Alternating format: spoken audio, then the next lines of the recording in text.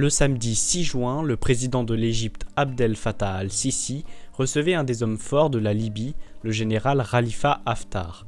Les deux hommes ont demandé un cessez-le-feu pour trouver un accord après 9 ans d'instabilité politique et de guerre en Libye. Quelles sont les origines de ce conflit? Qui sont les belligérants? Comment s'est-il internationalisé?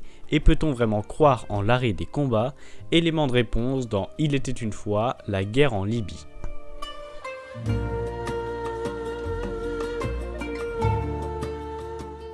La Libye est un pays d'Afrique du Nord qui partage des frontières avec la Tunisie, l'Algérie, le Niger, le Tchad, le Soudan et l'Égypte.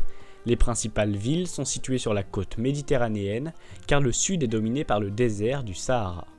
Le dirigeant de la Libye jusqu'en 2011 est Mouammar Kadhafi, qui prend le pouvoir dans le pays lors de son coup d'État de 1969 et instaure une dictature.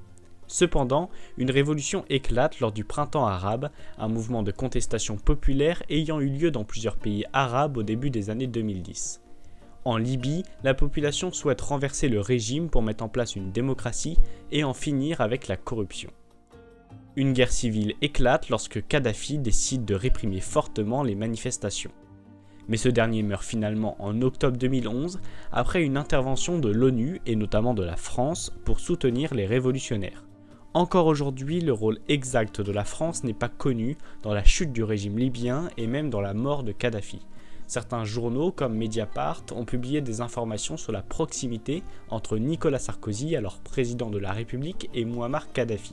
L'ex-président français a été mis en examen en 2018 car on soupçonne sa campagne électorale de 2007 d'avoir été en partie financée par le dictateur libyen. Mais aucune décision de justice n'a encore été rendue à ce jour. Je dois aux Français la vérité, je n'ai jamais trahi leur confiance. Cependant, Sarkozy aurait trahi en quelque sorte le dirigeant de la Libye en soutenant les révolutionnaires, et la France serait la principale responsable de la mort de Kadhafi et de l'instabilité politique qui a suivi.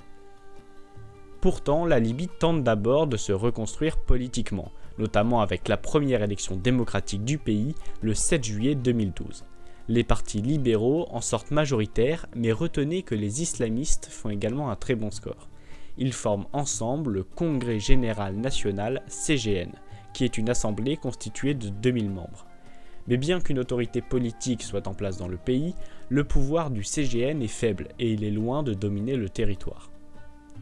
Tout d'abord, il ne domine pas géographiquement.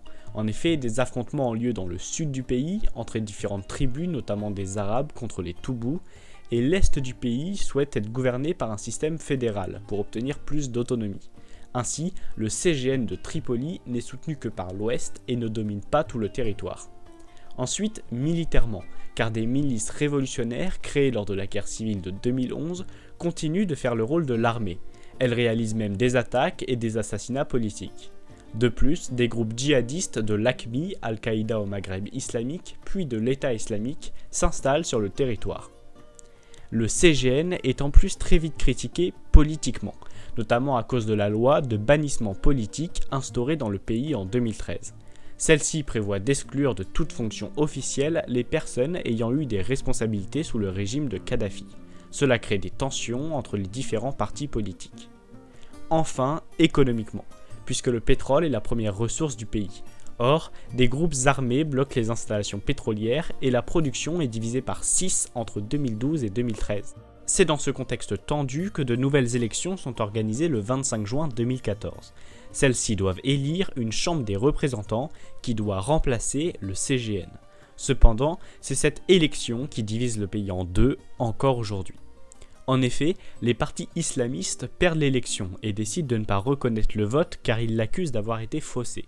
Ils continuent à faire fonctionner le CGN à Tripoli, dans lequel ils avaient, rappelez-vous, beaucoup plus de pouvoir. Cela entraîne une guerre civile à partir de l'été 2014 et la Chambre des représentants fraîchement élue doit fuir à Tobrouk, dans l'est du pays. Vous voyez donc sur cette carte que la Libye est totalement coupée en deux. Elle est divisée entre l'ouest, dont la capitale est Tripoli, où siège le CGN dominé par les islamistes, et l'est avec comme principale ville Tobrouk, où a fui la Chambre des représentants majoritairement libérale. Il y a donc 2 parlements, 2 gouvernements et 2 Libyes. De plus, cette instabilité est renforcée peu après lorsque l'État islamique profite du chaos pour s'installer dans la ville de Sirte, entre les deux territoires. D'ailleurs, c'est une des raisons pour laquelle la communauté internationale commence à s'intéresser au conflit. Elle décide d'intervenir pour lutter contre Daesh et trouver un accord entre les deux gouvernements. Ce sont les accords de Skhirat. Il prévoit notamment que le Congrès général national et la Chambre des représentants acceptent l'autorité d'un gouvernement d'union nationale. Le CGN devient le Haut Conseil d'État, tandis que la Chambre des représentants devient le Parlement de toute la Libye. Ces accords sont finalement signés par les deux camps le 17 décembre 2015. Dès lors, deux personnes émergent et deviennent les hommes forts de la Libye. D'un côté, Fayez Sarraj qui devient le Premier ministre du gouvernement d'union nationale. Il n'est pas élu mais il est reconnu par la communauté internationale. Il installe son gouvernement à Tripoli le 5 avril 2016. Cependant, si le CGN respecte les accords de Skhirat, la Chambre des représentants de Tobrouk n'investit pas le gouvernement de Sarraj, sous la pression de l'autre homme fort du pays, Khalifa Haftar. Ce dernier est un ancien proche puis opposant de Mouammar Kadhafi. Il a fait une longue carrière dans l'armée libyenne et s'est construit une légitimité en battant les milices islamistes, notamment dans la ville de Benghazi en 2013, puis en combattant l'État islamique. Il commande alors l'armée nationale libyenne qui est du côté de la Chambre des représentants de Tobrouk. Khalifa Haftar s'oppose donc à Fayez Sarraj. Les pays occidentaux sont alors dans une situation difficile, car l'ONU doit soutenir Sarraj puisqu'il a respecté les accords de Skhirat. Cependant, la plupart des pays soutiennent le camp d'Haftar pour différentes raisons. L'Égypte pour protéger sa frontière et par rapprochement idéologique, tout comme les Émirats arabes unis par exemple. Les États-Unis et la Russie le soutiennent également, notamment parce qu'il a combattu l'État islamique. La France a elle une position beaucoup plus ambiguë en Libye. Elle reconnaît Sarraj comme l'ONU, mais a soutenu Haftar contre les groupes djihadistes. Des enquêtes ont révélé que la France jouait une sorte de double jeu entre les deux camps. D'ailleurs, Fayez Sarraj se disait surpris et perplexe face à la position de la France en avril 2019. Ainsi, même si l'ONU reconnaît Sarraj, les pays occidentaux ne le soutiennent pas forcément dans les faits. De plus, celui-ci ne contrôle jusqu'en 2020 qu'une petite partie du territoire libyen. En effet, le maréchal Haftar s'est lancé dans une offensive vers l'ouest du territoire. Il a notamment mis la main sur les principales installations pétrolières et a repris une grande partie du pays grâce à des alliances et des victoires militaires. Après plusieurs années de combats, les troupes de Khalifa Haftar tentent finalement de conquérir Tripoli en avril 2019. Alors que celui-ci pensait que la victoire serait rapide, l'armée nationale libyenne piétine. Cela est notamment dû au fait que la guerre en Libye devienne une guerre par procuration.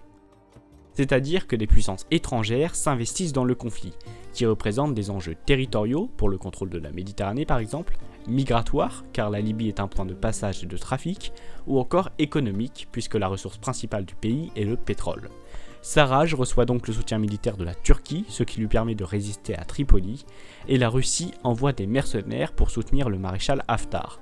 Dès lors, la bataille de Tripoli devient internationale. En plus, depuis janvier dernier, les rapports de force se sont inversés. Le gouvernement d'union nationale a repris des territoires à Haftar, notamment grâce à l'appui de la Turquie. Erdogan, le président turc, s'est d'ailleurs dit prêt à intervenir militairement et plus seulement à fournir des armes. Ainsi, les troupes de Sarraj ont repris totalement Tripoli et même la quasi-totalité de l'ouest libyen ces derniers mois. Samedi 6 juin, les forces gouvernementales ont lancé une offensive sur Sirte, qui avait été reprise par Haftar en janvier. Ce dernier, qui n'est plus du tout en position de force, s'est dit favorable à une trêve à partir du lundi 8 juin. Ce cessez-le-feu a également été demandé par le président égyptien Abdel Fattah al-Sisi. Il demande la mise en place d'un conseil réunissant les deux camps, le démantèlement des milices, le départ de Libye de tous les combattants étrangers comme les mercenaires russes, ainsi que de nouvelles négociations à Genève. Le week-end dernier, plusieurs personnes et organisations comme la Ligue arabe se sont félicitées de cette décision. Pourtant, lundi 8 juin, des combats se sont poursuivis à Sirte, où l'armée de Khalifa Haftar résiste à l'offensive des troupes de Fayez Sarraj. La poursuite des combats s'explique pour plusieurs raisons. Tout d'abord parce que les partisans de Sarraj n'ont pas confiance en le maréchal Haftar. Celui-ci proclamait encore il y a 1 mois et demi qu'il était le seul dirigeant légitime du pays. De plus, il apparaît comme celui qui n'a pas respecté les accords de Skhirat et qui a lancé l'offensive sur l'ouest du pays et sur Tripoli. Le gouvernement d'union nationale ne veut pas forcément d'un cessez-le-feu car ils sont maintenant en position de force et pourraient poursuivre leur avantage militaire. De plus, il est difficile de croire en l'arrêt des combats car plusieurs tentatives ont déjà été réalisées ces dernières années et aucune d'entre elles n'ont abouti. Le pays est marqué par son instabilité et devrait mettre du temps à se reconstruire. Enfin, nous pouvons penser que les Libyens n'ont plus vraiment leur destin entre leurs mains. Le conflit s'étant internationalisé, son issue dépendra aussi des relations entre la Russie et la Turquie par exemple, en fonction de leur volonté d'entente afin de mettre fin à la guerre. Il est donc difficile de prévoir l'avenir de la Libye, pays touché par des années d'instabilité politique et de guerre. Depuis 2014, la guerre civile libyenne a fait des dizaines de milliers de morts, même si le bilan exact n'est pas connu. Les civils sont également les cibles du conflit et celui-ci a engendré plus de 200 000 déplacés selon les Nations Unies. Je vous invite à vous rendre dans la description pour regarder mes sources et en apprendre davantage sur le conflit libyen et ses enjeux. N'hésitez pas à partager la vidéo et à vous abonner à la chaîne. C'était Il était une fois l'actu, à bientôt.